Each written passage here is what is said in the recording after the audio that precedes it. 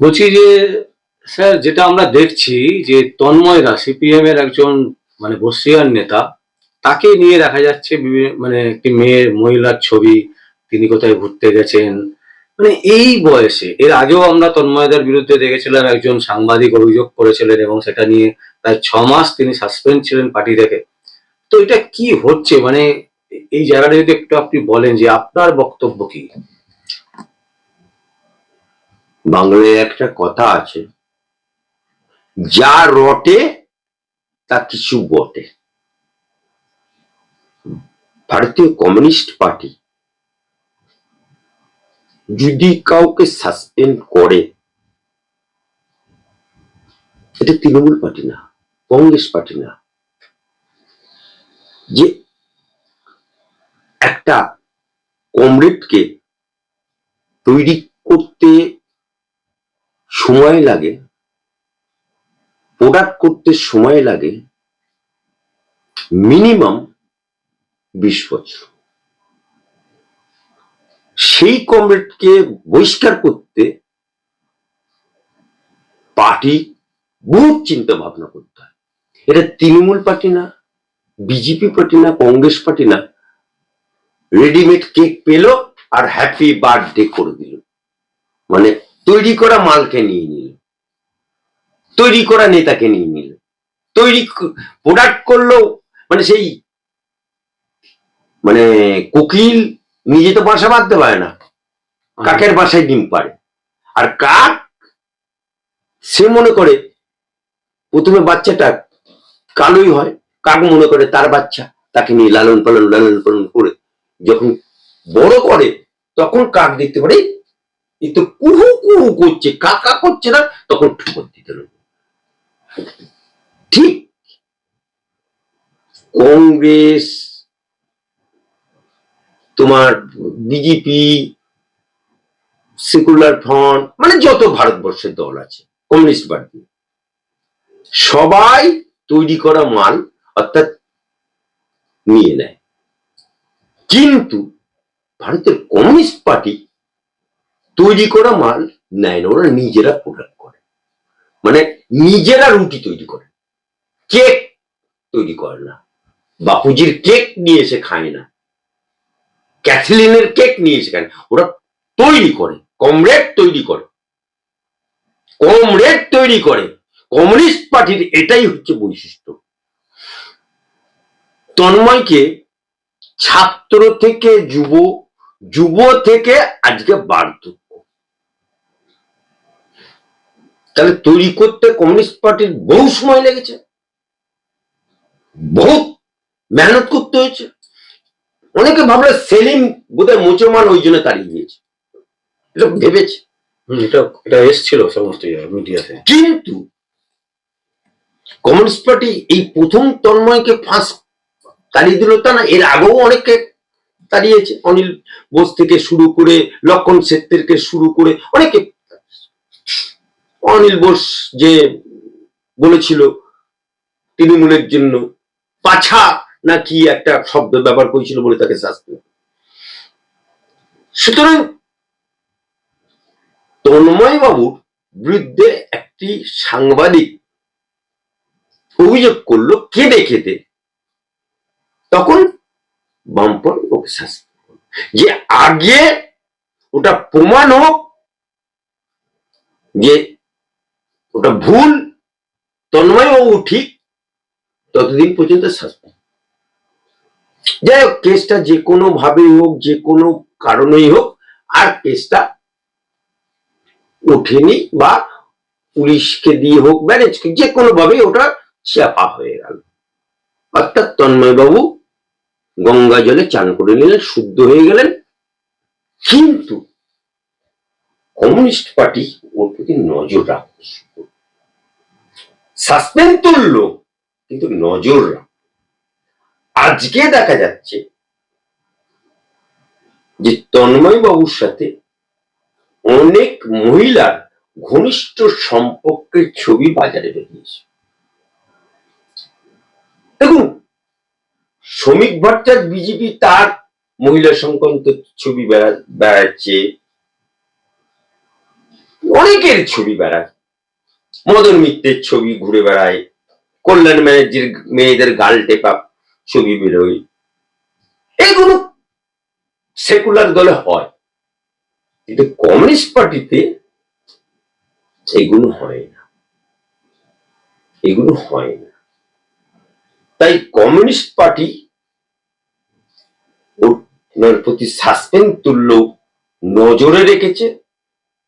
যদি প্রমাণিত হয়ে যায় যে সত্যি করে উনার মহিলাদের প্রতি একটা দুর্বলতা, আসক্তি আছে, তাহলে তন্ময় বাবুর কপালে খাড়া ঝুলছে।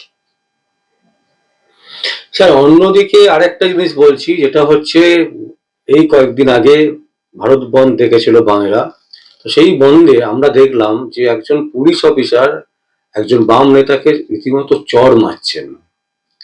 মানে একজন পুলিশ অফিসারের কি এরকম কোনো মানে রাইট থাকে রাস্তার মধ্যে একজন নেতাকে চড় মারা? দেখুন, ভারতবর্ষের সুপ্রিম কোর্টের রায় অনুযায়ী, আগে বলতো জেলখানা, এখন দেখুন তো গিয়ে জেলখানার নাম একটাও জেলখানা নেই, কারাবাস নেই, সংশোধনাগার। অর্থাৎ তার কুকর্ম থাকলে সেটাকে এখানে এসে সংশোধন করার জন্য ওখানে রাখা হয়, সেই জন্য সংশোধনাগার, কারাবাস, জেল শব্দগুলোই উঠে গেল। এবং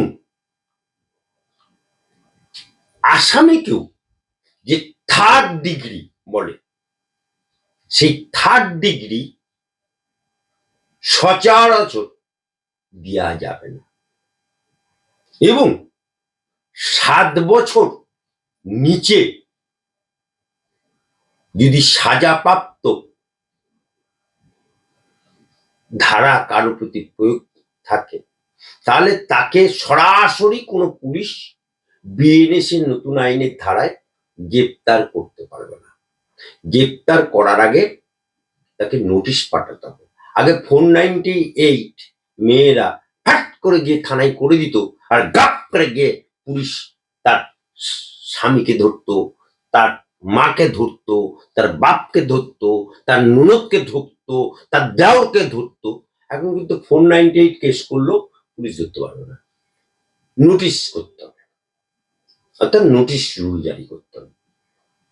ঠিক সেই রকম ভাবে পুলিশ যদি আসামিকে মারার অধিকার না থাকে, পুলিশ যদি সরাসরি 7 বছরের নিচে সাজা হবে এরকম আসামিকে গ্রেপ্তার করতে না পারে, তাকে নোটিশ দিয়ে ডাকতে হয়, সেখানে পুলিশ একটা রাজনৈতিক ঘোষিত, বন্ধ ঘোষিত প্রোগ্রাম, রাজনৈতিক প্রোগ্রাম, রাজনৈতিক কর্মসূচি, সেই কর্মসূচি রাজনৈতিক কর্মীরা পালন করবে, এটা গণতান্ত্রিক অধিকার, এটা সংবিধানের অধিকার। সেখানে পুলিশ বুঝিয়ে সুজিয়ে অবরোধ করলে তুলতে পারে, না শুনলে তাকে গ্রেপ্তার করতে পারে, আবার গ্রেপ্তার করে নিয়ে গিয়ে তাকে আবার ছেড়েও দিতে হবে। পার্সোনাল পিয়ার বন্ডে মারা তো অনেক দূরে থাক, মারা তো অনেক দূরে থাক। তাই যে পুলিশ অফিসার চর মেরেছে, কমরেডকে চর মেরেছে, সেটা সম্পূর্ণ সংবিধান বিরোধী, সম্পূর্ণ আইন বিরোধী। এবং এতে প্রমাণিত হচ্ছে ওই পুলিশটি মমতা ব্যানার্জির আমলে পেছনের দরজা দিয়ে ঢোকা, পুলিশের চাকরি পাওয়া, আর তা না হলে মমতার দলদাসে পরিণত হওয়া পুলিশ, তা না হলে মমতা বাবুর পা চাটা পুলিশ, তা না হলে মমতা ব্যানার্জিকে বা অভিষেক ব্যানার্জিকে দেখাচ্ছে আমি কত তৃণমূল ভক্ত, আমার প্রমোশন চাই। তাই এই কীর্তিটা করতে গিয়ে যদি আমার মহামান্য হাইকোর্টে আদালতে ওই পুলিশের বিরুদ্ধে মামলা হয়, ওই পুলিশের উর্দিটা আর দেহে থাকবে না। যেমন আমি সাগরদিঘি থানায় একটি পুলিশ অফিসার তৃণমূলের দলদাসে পরিণত হওয়ার কারণে সাগরদিঘি থানার ওসি বিজন রায়, নাম বলে দিচ্ছি, তার বিরুদ্ধে আমার হাইকোর্টে কন্টেম মামলা হয়েছে এবং জঙ্গিপুর কোর্টে 200 মামলা হয়েছে।